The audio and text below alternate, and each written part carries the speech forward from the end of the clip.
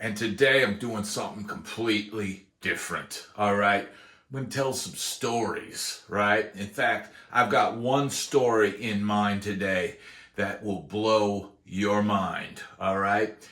Crazy stuff happens when you do gigs sometimes, okay? Now, these days, most of the stuff that I do, you play your gig, you get your check, you go home. But back in the day, I used to have to take whatever came in, right? And I remember this one particular call. There was a drummer here in town in Nashville. This is around Nashville, around, I'm guessing, 98, 97, somewhere around there. All right. And this drummer was, an okay drummer. And he had, I guess, a band that he would go out and play gigs with, right? So he had a couple guys in his band, but one of them was deciding that, he didn't want to do the gigs anymore. Didn't want to be a musician and thought it was stupid and all this. Meanwhile, I'm looking at my bank account. It's empty. The phone rings. He goes, "Hey man, would you want to do some road work, some road gigs?" Okay.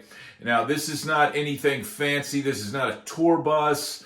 This is just, hey, we've got bar gigs in this state and this state, and it pays this much, okay?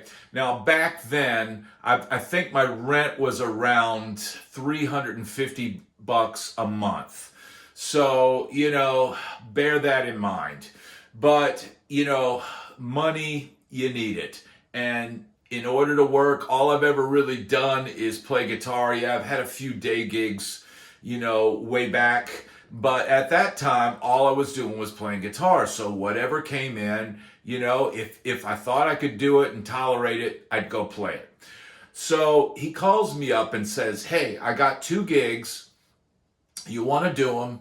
I think that he offered me $250 for both gigs, or maybe it was $300, somewhere around there. And once again, looking at my bank account, rent's coming up soon. Okay, yeah, I'll do the gig for $300. Heck, it might even have been $400, but probably around $300, $350, right? So the first gig is in Jackson, Mississippi. And it's a college town in the South, and it's in this bar, like near downtown, and it's not packed. In fact, it's dead. And we play our first set, and there's literally like maybe 3 or 4 people in the place. So you gotta wonder, when you have a gig like that, are you even gonna get paid? Because you're looking at the bar, they're not making any money. Meanwhile, we just drove from Nashville. I'm just guessing that's a 4 or 5 hour drive. And so, you're like, oh, geez, here we go. All right. So we get on the break, and me and the bass player are sitting at the bar and, just chit-chatting and whatnot. And at this point, the drummer comes up to us. He was the guy who, it was his band, it was his gigs, yada, yada, yada. He comes up and goes, "Hey, guys, you're going to need to hook up with some chicks because we don't have hotel rooms." And I literally look at him and I just say, "You?" All right? I'm like, "Dude, are you kidding me?" He's like, nope, we don't have enough budget for hotel rooms. So yeah, find somebody's house you can crash at. And I'm like, that'd be fine if it was, because I was single at the time.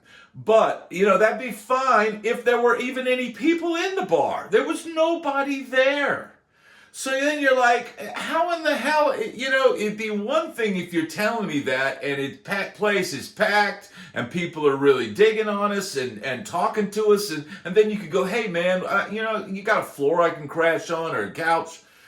But no, there's nobody in there. So about 5 to 10 minutes later, we're still sitting at the bar, and this girl comes over and sits down next to the bass player. And he tells her our predicament and says, look, we don't have any place to stay tonight. And I was like, yeah, and I really want to take a shower, after the show. And she's like, oh, you guys can come stay at my place. I got my own place. And we're like, yes. So shortly after we get that secured, the drummer comes over and goes, oh, hey, who's this? And oh, well, they're going to stay with you? Oh, well, can I come? I said, no, you are not coming because you put us in this, predicament yourself. So no, screw you. You're not coming with us, right? So we finish up the gig. We have a few beers. I think the bar got medium busy, over the course of the 2 or 3 or 4 sets that we played. And, we're feeling pretty good. And I drove on this gig. And the reason why I like to drive on gigs, if I can, is because you're in control of your own destiny. Okay? You're not reliant on somebody who might screw up or wreck his car or, you got your destiny in your own hands. So I drove, a bass player rode with me, and we go, and this girl goes, follow me, I'll take you to my place. I'm like, great. So we're in BFE, Mississippi, right? And we start driving, and it's late. It's after midnight. We start driving way out in the country. And it's like, okay, where in the heck are we going? And we drive, and then we get to a cornfield, and we turn down a dirt road. And we go down this dirt road probably a half a mile or a mile. And sitting there all by itself is this trailer. And this is her place. Okay, so, all right, whatever. So we get in there, and she's got some beers, and we have a few beers, and, the bass player he liked the girl. And I'll be honest, she was okay. I was just looking for a place to crash, all right, and get a shower the next morning, all right, before we go to our next gig in the next city, all right? So, we get in there and we're having a few drinks, and it's like, here's the couch, you're going to sleep on the couch. Her, she goes and the bass player goes, and they go in the bedroom for the night.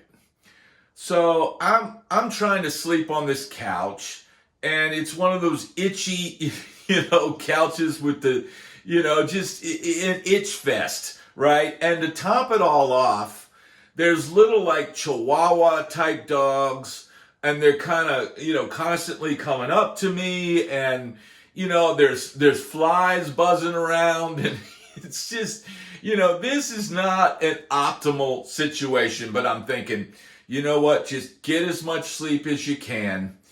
In the morning, get your shower, go to the next gig. The next gig was in Memphis, right? Which is not too far from Nashville, about a 2.5 hour drive. So I knew once we finished the Memphis gig, straight shot home, and I'd be in my own bed and, get through the weekend, make my money, get home, right? So, I get as much sleep as I can. I wake up, and still the dogs are, messing with me, and there's flies buzzing around, and I'm on this itchy couch. And it's morning's starting to break, right? And then the bass player and the girl come out of the bedroom, and he's got a towel on, and he's like, yeah, I just got out of the shower. You want to get in the shower, and then we can go to go to Memphis. And I'm like, sure. So I get up to start to head to the bathroom, and all of a sudden the front door busts in, and this old lady comes in, and she's like, this ain't a damn whorehouse. I want you out of here now. I'm calling the cops. This ain't a damn whorehouse. And I'm like, oh crap. And I literally like grab my shoes and I'm like, run out the door. I didn't even get, even to step foot in the bathroom to take a pee or anything. He must have, thrown on his clothes. I start the car. She's yelling. It's complete chaos. And he runs. He's pulling his pants up. He's putting his shirt on as he's like walking, running, hopping to the car. We get in the truck and we take off.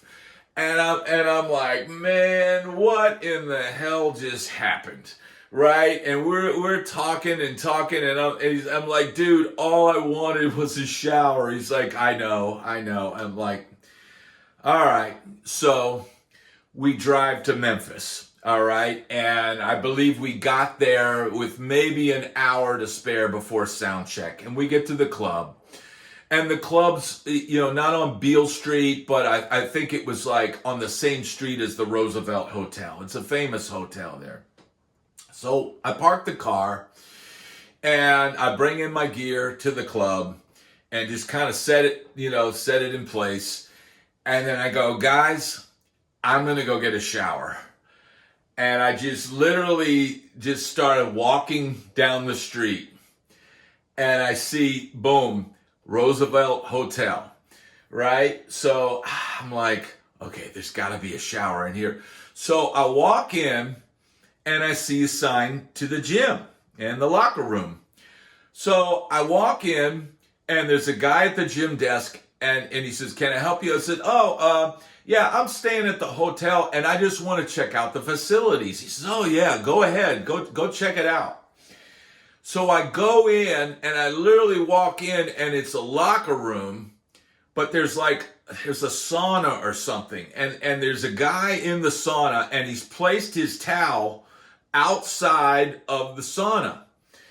And I see showers right there. So I literally just grab the towel. It's clean, it's dry. I grab it. I run in the corner, take off the clothes I had, my dirty clothes that I wore on the gig and the whole day before. I take those off. I shower real quick. I'm using the hand soap to, do my hair, everything. Lather up, get good and clean. But then I do have to put on the old clothes. So I put on the old clothes.